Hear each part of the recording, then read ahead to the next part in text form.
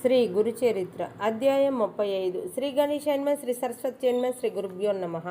సావిత్రి తనకేదైనా మంత్రోపదేశం చేయమని శ్రీ గురుని ప్రార్థించింది. అప్పుడు శ్రీ గురుడు ఇలా చెప్పారు. పూర్వం దేవతలకు గురువైన బృహస్పతి మృత సంజీవిని మంత్రం నేర్చుకుని రమ్మని రాక్షసుల గురువైన శుక్రాచార్యుల వద్దకు తన కుమారుడైన కచుడిని పంపాడు.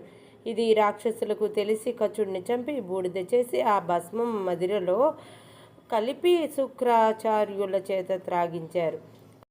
కచుడిపై గల మోహంతో శుక్రాచార్యుల కూతురు దేవయాని మృత సంజీవినితో అతన్ని బ్రతికించమని తండ్రిని కోరింది.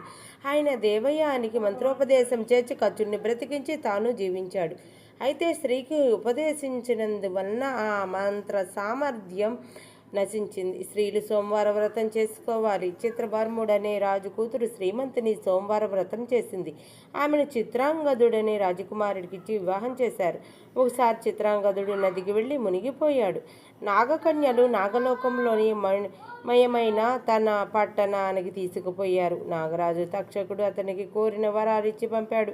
ఆ రోజు సోమవారం. సీమంతిని నదీ స్నానానికి వచ్చింది. అప్పుడే చిత్రాంగదుడు నాగలోకం నుంచి అక్కడికి వచ్చి భార్యను చూచాడు. వెంటనే తల్లిదండ్రులను కలిసి జరిగిన వృత్తాంతం చెప్పాడు. శ్రీమంతిని చేసిన సోమవార వ్రత ప్రభావం వలన నీట మునిగిన చిత్రాంగదుడు తిరిగి వచ్చాడు. వారు చిరకాలం సౌభాగ్యాలను అనుభవిస్తూ రాజ్యం చేశారు.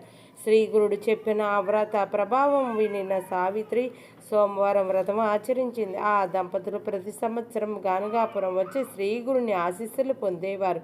శ్రీ దత్తాయ గురవే నమః.